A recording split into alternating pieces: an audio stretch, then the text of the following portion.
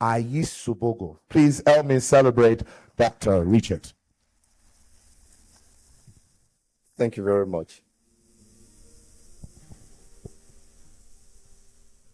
I'm going to stand on the existing protocol, but I want to recognize the Honorable Minister of Tourism present with us here this morning, and every distinguished ladies and gentlemen in the audience.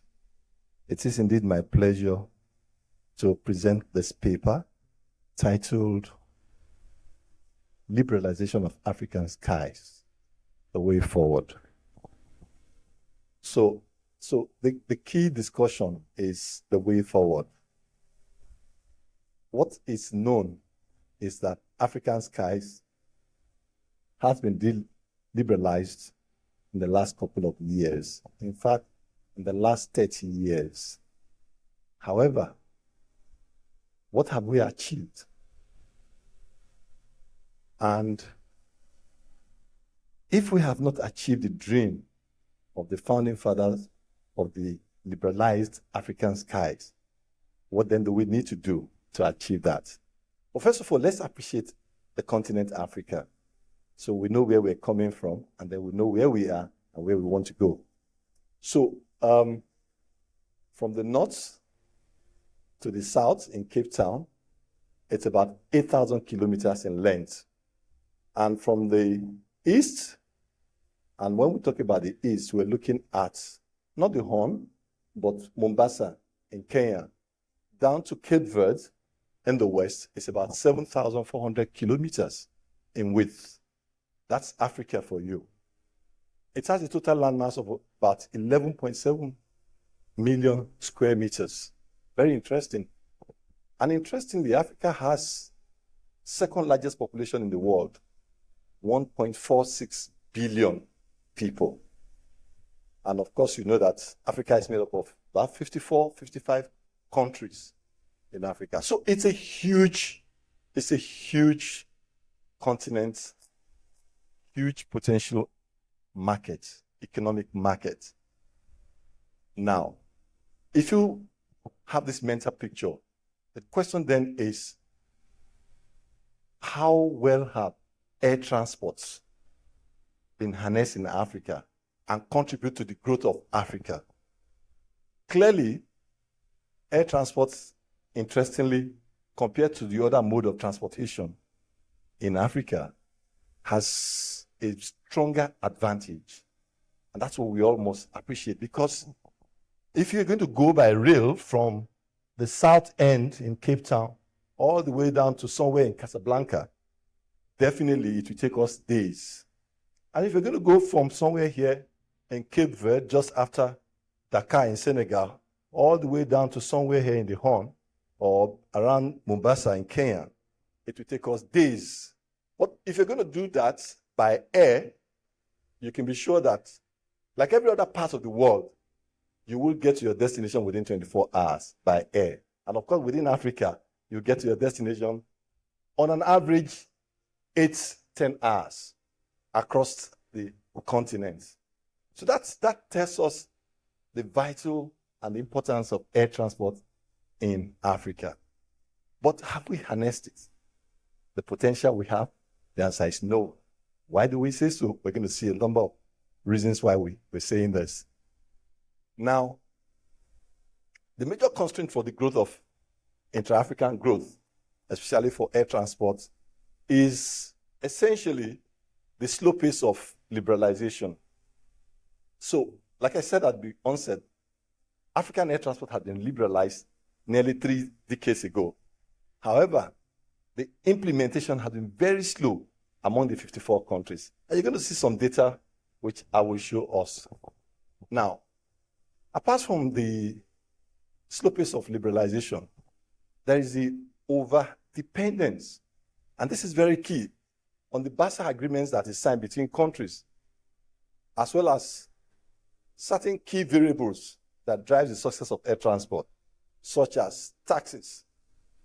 We find that taxes in many countries are higher, and they are so exorbitant that they discourage air transportation. Even passengers, when they look at the fares they have to pay, and they look at the components of those fares, and found that they have to pay more taxes, they are discouraged. Sometimes they just conclude and say, look, it's better I go by rail, or it's better I go by my car and drive all the way. Of course, other variables which involves the operating cost of running an airline, such as jet fuel and handling services, are pretty very expensive in Africa. Now, so basically, I'm going to focus on not just analyzing the liberalization of African skies, but how it can foster the economic growth, enhance connectivity within Africa, and then promote sustainable development across the continent. And ultimately, I'll just summarize with the way forward. So, in simple terms, when we say liberalization of African skies, we're talking about the process of removing or reducing restrictions and, of course, barriers to air transport within the African continent. And this is very key, because we may not see it, especially in your own part of the world. But it is when you begin to operate from one point to the other, what we call point A to point B to point C to point D, that you will begin to experience the restrictions and barriers limiting, of course, the operation of our flights to various countries. And of course, this is as a result of, like we said, opening up the air routes, competitions among airlines, and the facilitation of free movement of passengers, including goods and services, by this mode we're discussing. So in the context of Africa, where we're very much concerned now, air transport infrastructure and the connectivities are very limited. Very, very limited. So it affects the liberalization efforts that has been developed by the founding fathers of the Yamoussoukro Decision 30 years ago. But these challenges are not limited to these three. You're going to see a number of challenges that actually limits the growth of air transport and the connectivities in air transport. The first one is the promotion of integration among African countries. The harmonization of regulatory frameworks. And this is very key, because every country have their own regulations. And these are civil aviation regulations that have been domesticated in the various state regulations. However, for these regulations to be applicable to every country, it has to be harmonized. Now, investment itself is very key. We have to encourage investment in aviation infrastructure, like every other sector of the economy. And in fostering collaboration among airlines and other stakeholders, obviously, aviation infrastructure is very key. So, what are the importance of connectivity, especially within Africa? I'll give you some data which will help us to appreciate where we are. Air transport is so unique to the socio-economic activities of people in the various countries, especially within Africa. And the reason is because we connect cities that cannot otherwise be connected. Among the 54 countries I showed you from the original earlier picture of Africa, there are some parts of Africa that you cannot have the mode of transport access. It might be very difficult to construct rail across some very hilly, mountainous region of Africa. But it's so easy for air to go in and out of this region. So, but can you imagine that $6 trillion worth of goods, which accounts for about 35% of international trade by its value, is moved across the entire world by air transport? Now, of this 6 trillion, interestingly, look at this. Countries with better connectivity tend to trade more. And 1% of this entire 35% international trade, it's on cargo alone. Now, interestingly, if you look at the last point here, connectivity, obviously, if it is enhanced, will raise productivity. It will encourage investment, it will encourage innovation, And of course, it will improve business operation and efficiency in the way we do things in our countries within the African continent.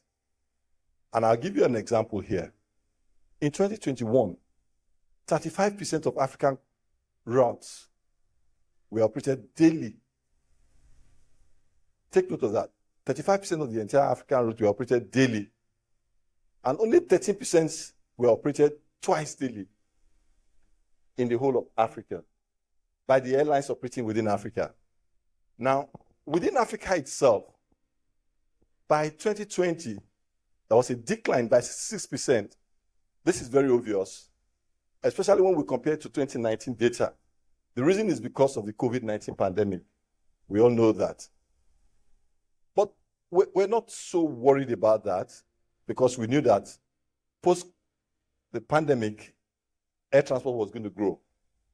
But we're concerned about how we will get up to where we were pre-pandemic, which was about 970 city pairs among countries within Africa. So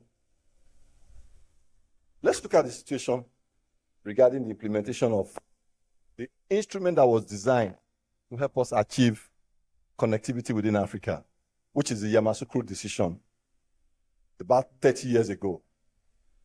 Now, the perspective to this is Yamoussoukro Decision is to liberalize air transport in Africa. And this is very possible and it's doable, it's achievable, but only on one condition. If we have, I want us to please underline this, the full implementation of the Yamoussoukro Decision. Because the problem we're having today is that we are unable to implement the full decisions. It's been partial implementation of the Yamoussoukro Decision. From the studies I had when I got this paper, I realized that the problem is not implementation of the Yamoussoukro Decision. A lot of countries in Africa have tried to, and you will see the data I'm going to show you now. However, they have implemented partial part of the decisions that were taken. But we also recognize the fact that if we are able to implement the full decisions of the Yamoussoukro Decision, we'll be able to achieve the Single African Air Transport Market, SATA, which is an initiative of the African Union to enhance air transport growth in Africa. So the question then is, are we in Africa implementing the Yamoussoukro Decision? Well, studies have been carried out by ICAO, IATA, AFRA, and even AFCAC. These are aviation bodies, Honorable Mr. Man. Now, the studies clearly shows that the Yamoussoukro Decision is still partially implemented between the African states. And there's a need for implementation to fully realize the Single African Air Transport Market and enjoy the significance of the benefits of aviation to African economics. So, what are some of the challenges we're facing in the implementation of the Yamoussoukro Decision? For instance, we have 5 freedom rights. Freedom 1, 2, 3, 4, 5. This may be a bit technical for non-aviators, but for most of us in aviation, we know what these freedom rights are. I have avoided being too complex about it, so I just wanted us to appreciate that there are 5 freedom rights of the air. And these were contained in the Yamoussoukro Decision 30 years ago. And they were said to be the operational success of the decision reached by the African countries. If air transport success was going to be achieved in Africa through liberalization, the 5th freedom right, 1 to 5 rights of freedom of air, must be implemented by all African countries. Unfortunately, that's not where we are. Now, for instance, we have over 600 BASA, and it was only when the compliance review of the 55 countries in Africa was done that we found that only 4 countries have the highest compliance in terms of the implementation of the 1 to 5 rights of freedom of air. And the countries are Cape Verde, they have 76% in terms of implementation, which is actually a pass mark from the study reports, and I'll show you the source of the study shortly. Mozambique has 75%, Mali had 3%, and Liberia has 71%. These are, so to say, near implementation of full decisions reached in the Yamoussoukro Decision Accord. Now, 30 countries are on the medium compliance and 20 countries are on the low compliance. So you may be wondering, where is Nigeria in all of this? Well, this is the data, and the source of the data is right at the end of this table. I'm not going to run through the whole table because of our time, but as you can see, we have the first 4 that have the high compliance, the rest are medium compliance, and when you go further, then you have the low compliance countries. But of course, if you come back here, this is where we are. This is Nigeria. It's 50%, so we are medium compliance. So what happens to the rest of the compliance required to fully implement the Yamoussoukro Decision? Like many other African countries, foot dragging for some obvious reason. And one of the major reasons is protectionism. Everybody wants to cage and guard what they have. But the benefit of sharing and allowing is undermined when we think in that perspective. Now, so the source of this is the ICAO, and of course, a research conducted by IATA in the year 2020. So, 372 BASAs were discerned to be non-compliant. And of these, we have 105, which is about 28%. They failed to meet one of the prerequisites of the compliance. So take note of the 5.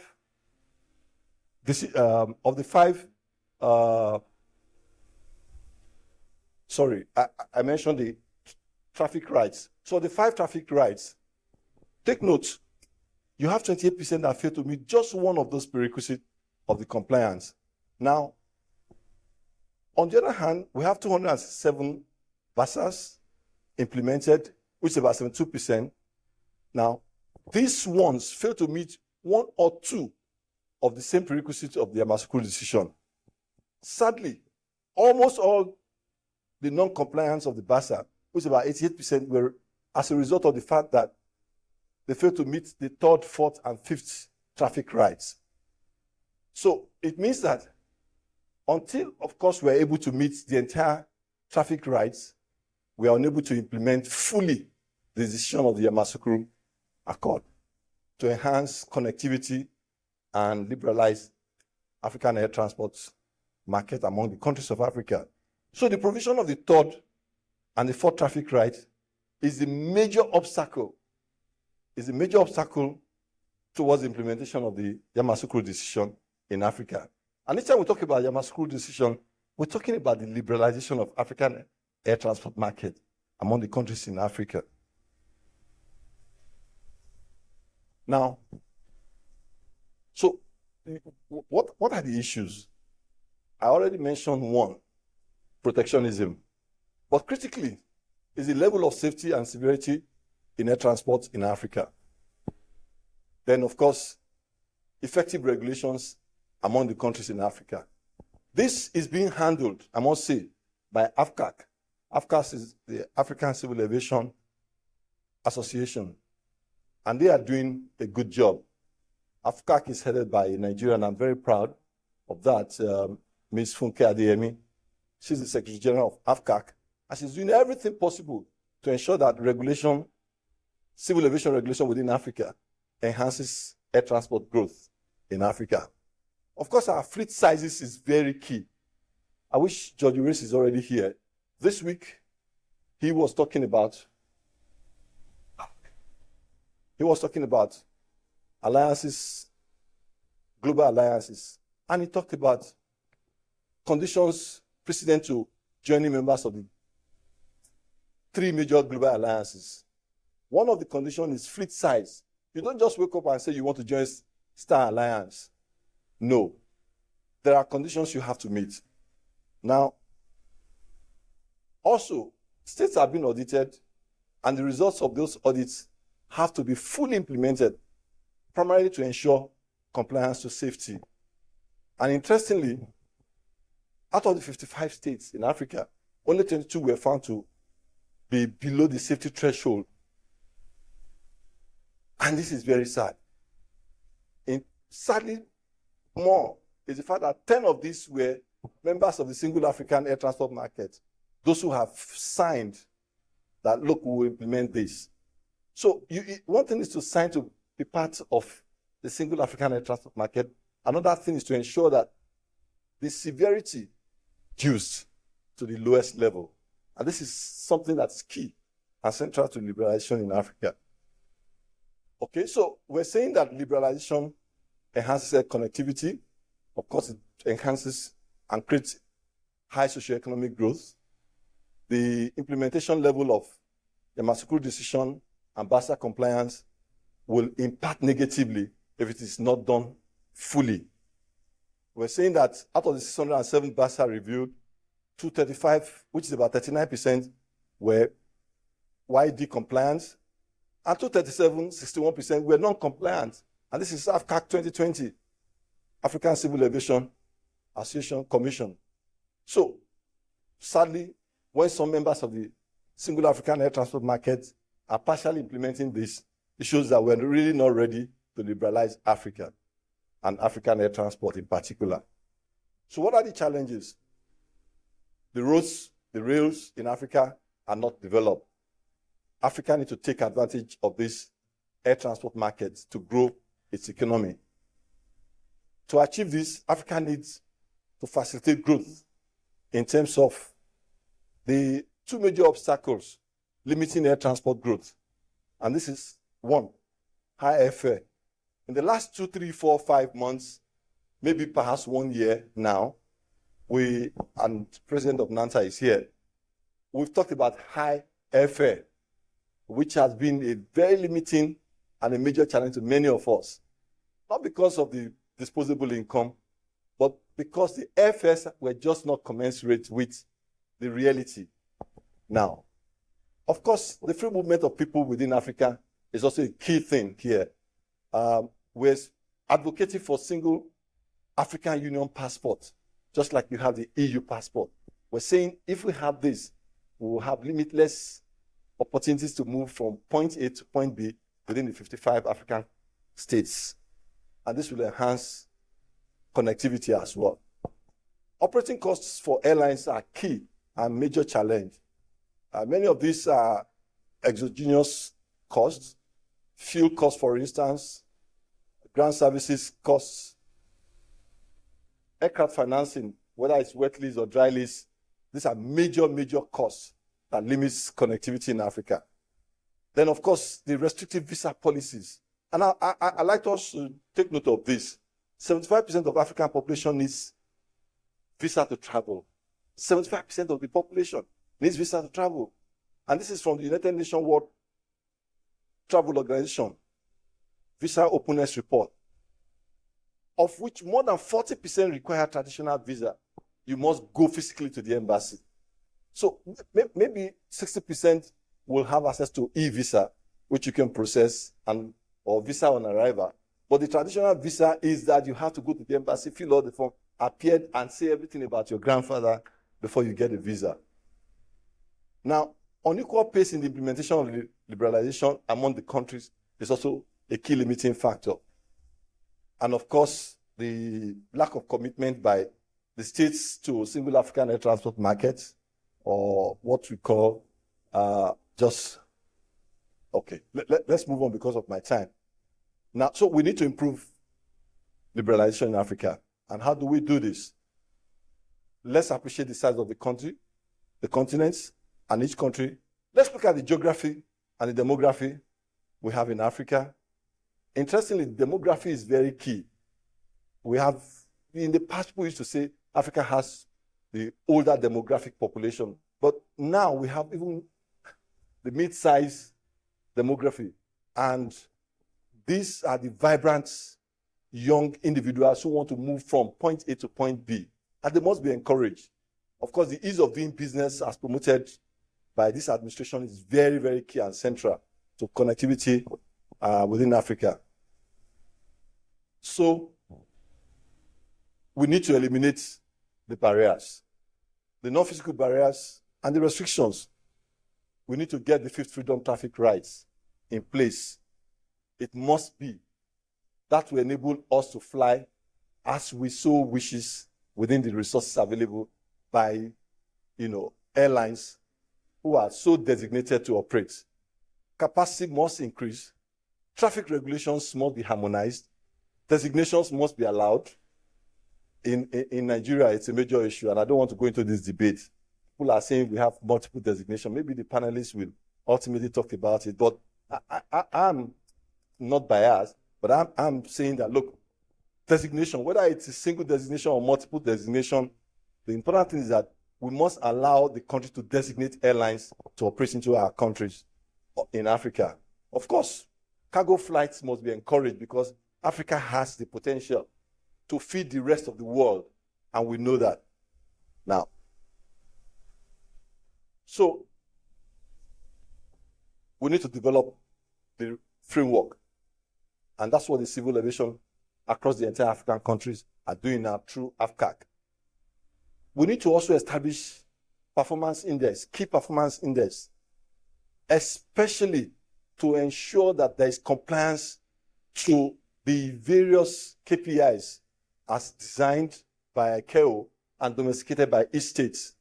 So when we talk about the African civil aviation policy, we should review it to ensure that it's domesticated to what is applicable to us.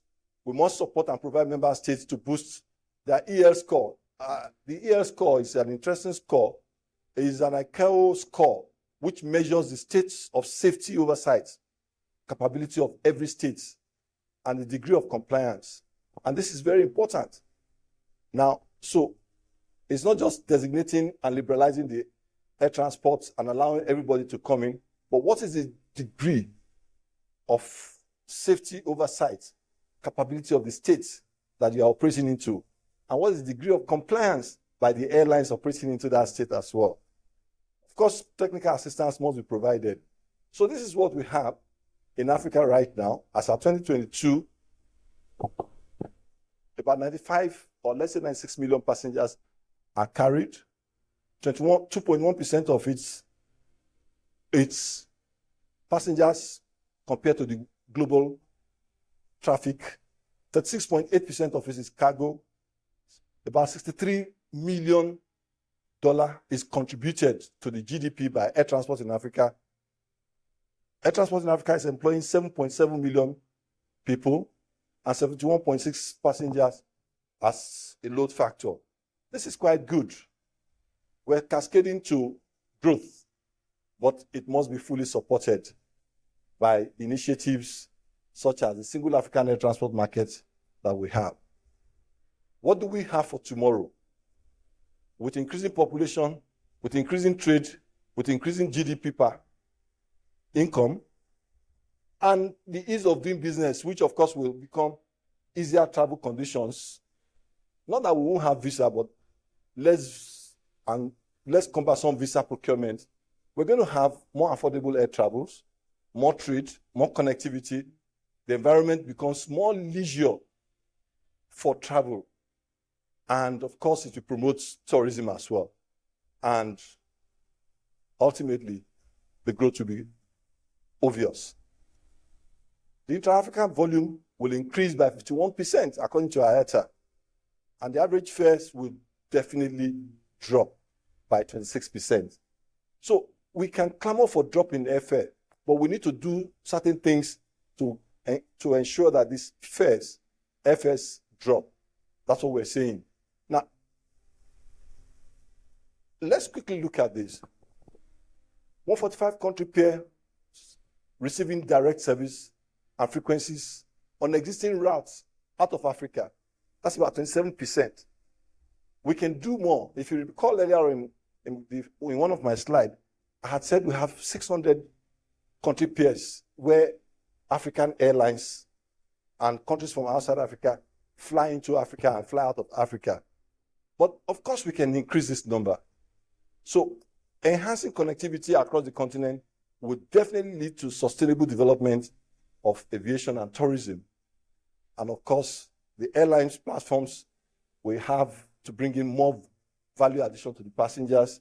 They must be able to fly, and they must be able to have what you call, passenger experience that is satisfactory, that exceeds even the expectations of the passenger. Ultimately, African GDP will grow. We need to examine the relationship between the level of connectivities and the key economics, and of course, the investment flow and tourism and trade in Africa. We also need to understand the connectivity, especially as it involves the levels of intra-African connectivities across the countries and cities. So that is where multiple designation becomes very important. So when people say, oh, why is this airline flying to Abuja and flying to Lagos?